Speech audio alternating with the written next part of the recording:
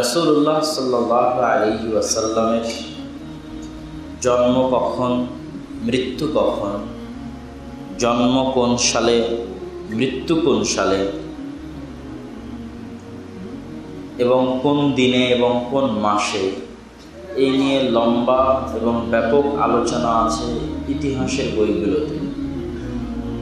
তার মধ্যে কিছু কিছু বিষয় আছে যেগুলোতে সকলেই একমত, আর কিছু বিষয় আছে যেগুলো চরম মতভেদপূর্ণ।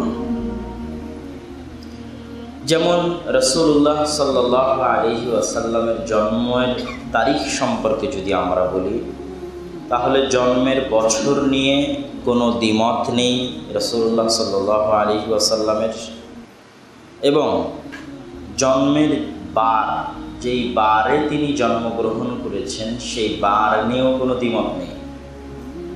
একইভাবে তিনি যেই বারে মৃত্যুবরণ করেছেন সেই বার নিয়েও কোনো দ্বিমত নেই।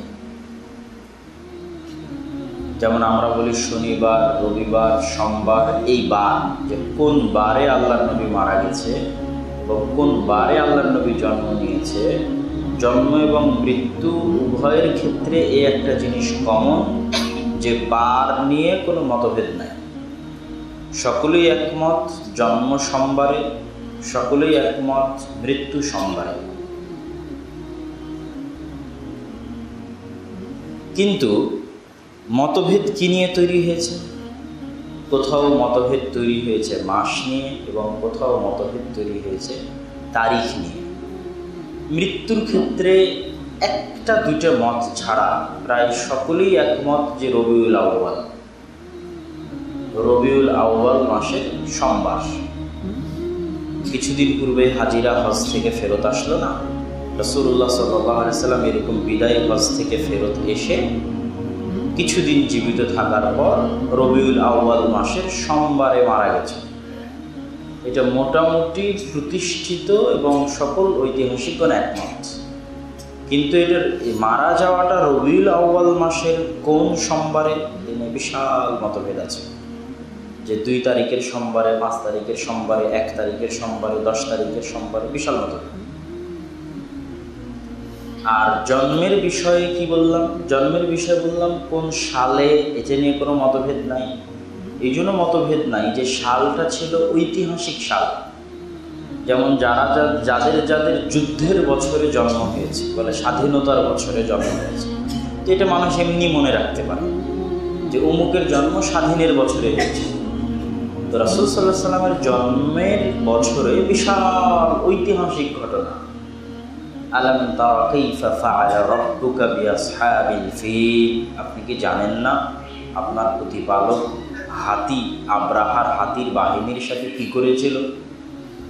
তো আব্রাহার কাবা আক্রমণের ঘটনা ছিল সেই যুগের বিশাল, গোটা পৃথিবীর বিশাল ঘটনাগুলোর একটা ঘটনা।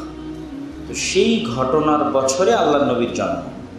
তো এটা মানুষের জন্য মনে রাখা স্বাভাবিক যে হাতির বছরে মুহাম্মদ সাল্লাল্লাহু আলাইহি ওয়াসাল্লামের জন্ম। আমাল ফিল, যেই বছরে আব্রাহা তার বিশাল হাতির বাহিনী নিয়ে কাবা ঘর আক্রমণ করতে এসেছে, যার বর্ণনা আল্লাহ সুবহানাহু ওয়া তাআলা নিজের সূরা ফিলের মধ্যে দিয়েছেন। এবং আল্লাহর নবীর দাদা তখন কাবা ঘরের দায়িত্ব পালন করতেন। যেহেতু বংশ পরম্পরায় দায়িত্ব পালন করতেন, মানে আল্লাহর নবীর দাদার দাদার দাদার দাদার দাদা, উপরের একজন দাদা হচ্ছে ইসমাঈল আলাইহিস সালাতু ওয়াস সালাম, আর ইসমাঈল আলাইহিস সালাতু ওয়াস সালামের বাপ হচ্ছেন ইব্রাহিম আলাইহিস সালাতু ওয়াস সালাম। তো উনি তো ইসমাঈল আলাইহিস সালামকে এখানে রেখে গেছেন মক্কায়। তারপর থেকে তার সন্তান, তার সন্তান, তার সন্তান, তার সন্তান সবাই কাবার দায়িত্ব পালন করেছে, কাবা ঘরের দায়িত্ব পালন করেছে। সেই ধারাবাহিকতায় আল্লাহর নবীর দাদা আব্দুল মুত্তালিব কাবা ঘরের দায়িত্ব পালন করতেন। তখন তিনি কাবা ঘরকে আল্লাহ সুবহানাহু ওয়া তাআলার হাওয়ালা করে দিয়ে পাহাড়ে চড়ে গেছিলেন যে হে আল্লাহ, আপনি আপনার ঘর আপনি হেফাজত করুন।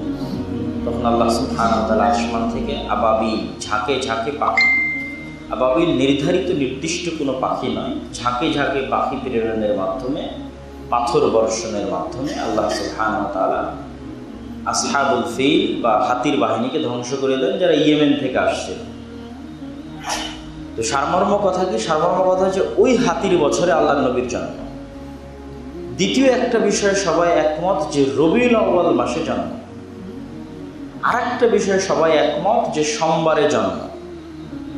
তাহলে কয়েকটা বিষয়ে আমরা একমত পেলাম। হাতির বছর একমত, রবিউল আউয়াল, যদিও জন্মের বিষয়ে রবিউল আউয়াল মাসের বাইরেও অন্য অনেক মাসের বর্ণনা আছে। মৃত্যুর বিষয়ে রবিউল আউয়াল মাস বাদে অন্য মাসের বর্ণনা তেমন নাই, কিন্তু জন্মের বিষয়ে অনেক মাসের বর্ণনা আছে। কেউ বলেছে রমাজান, কেউ বলেছে অমুক, কেউ বলেছে অমুক, বিভিন্ন। কিন্তু বেশি প্রাধান্যপ্রাপ্ত মত হচ্ছে রবিউল আউয়াল মাস। আর রবিউল আউয়াল মাসের 2টা তারিখ নিয়ে সবচেয়ে বেশি মতভেদ আছে। এমনিতেই 12টা মত আছে, মোট 12টা মত আছে যে কোন তারিখে তার জন্ম হয়েছিল। তার মধ্যে 2টা মত বেশি প্রসিদ্ধি লাভ করেছে। তার মধ্যে একটা হচ্ছে 12ই রবিউল আউয়াল, আর একটা হচ্ছে 8 রবিউল আউয়াল। 8 রবিউল আউয়াল সম্পর্কে আল্লামা কাস্তালানি এবং জারকানি তাদের বর্ণনায় অধিকাংশ মুহাদ্দিস এবং 2 জন সাহাবী আব্দুল্লাহ ইবনে আব্বাস এবং জুবাইর ইবনে মুতঈম এবং অধিকাংশ ঐতিহাসিক ও সিরাত বিশেষজ্ঞদের মতে 8 রবিউল আউয়াল হচ্ছে হাতির বছরের রবিউল আউয়াল মাসের সোমবার, যেই সোমবারে রাসূলুল্লাহ সাল্লাল্লাহু আলাইহি সাল্লাম জন্মগ্রহণ করেছিলেন। মুহাদ্দিসগণ বেশিরভাগ এই মতটাকে প্রাধান্য দিয়েছে। আর শুধু একজন সিরাত লেখক ইবনে ইসহাক, তিনি 12ই রবিউল আউয়ালের মত নকল করেছে, কিন্তু কোনো সানাদ উল্লেখ করেনি যে কে এই মতটি পেশ করেছে, কার পক্ষ থেকে পাওয়া যায়। কিন্তু ইবনে ইসহাকের সিরাত যেহেতু অনেক বেশি প্রসিদ্ধ, একজন প্রসিদ্ধ বক্তার মুখ থেকে মানুষ কিছু শুনলে ওটা বেশি ভাইরাল হয়। তো ইবনে ইসহাক যেহেতু বেশি প্রসিদ্ধ সিরাতের লেখক, এটাই বেশি গোটা দুনিয়াতে ভাইরাল হয়ে গেছে যে আল্লাহর নবীর জন্ম 12ই রবিউল আউয়াল। কিন্তু তিনি তার বইয়ে স্পষ্ট কোনো দলিল বা নাস পেশ করেননি যে 12ই রবিউল আউয়ালে জন্ম। এই গেল মোটামুটি রাসূলুল্লাহ সাল্লাল্লাহু আলাইহি ওয়াসাল্লামের জন্ম এবং মৃত্যুর দিন এবং তারিখ নিয়ে মতভেদ। আবারও যদি সারমর্ম করি, তাহলে রাসূল সাল্লাল্লাহু আলাইহি ওয়াসাল্লাম কোন সালে মারা গেছেন এটা নিয়েও মতভেদ নাই, কোন সালে জন্মগ্রহণ করেছেন এটা নিয়েও মতভেদ নাই। রাসূলুল্লাহ সাল্লাল্লাহু আলাইহি ওয়াসাল্লাম কোন বারে জন্মগ্রহণ করেছেন এবং কোন বারে মারা গেছেন এটা নিয়েও মতভেদ নাই। সোমবারে মারা গেছেন, সোমবারে জন্মগ্রহণ করেছেন। রাসূল সাল্লাল্লাহু আলাইহি ওয়াসাল্লাম কোন মাসে মৃত্যুবরণ করেছেন এটা নিয়ে মতভেদ অনেক অল্প, প্রায় সবাই একমত যে রবিউল আউয়াল মাস। কিন্তু কোন মাসে জন্মগ্রহণ করেছেন এটা নিয়ে ব্যাপক মতভেদ আছে। তবে বেশি প্রসিদ্ধ মত হচ্ছে রবিউল আউয়াল। রবিউল আউয়ালের তারিখ 12টা আছে, মানে মতের তারিখ 2 তারিখে বেশি মত, এক 8 রবিউল আউয়াল, 2 12ই রবিউল আউয়াল।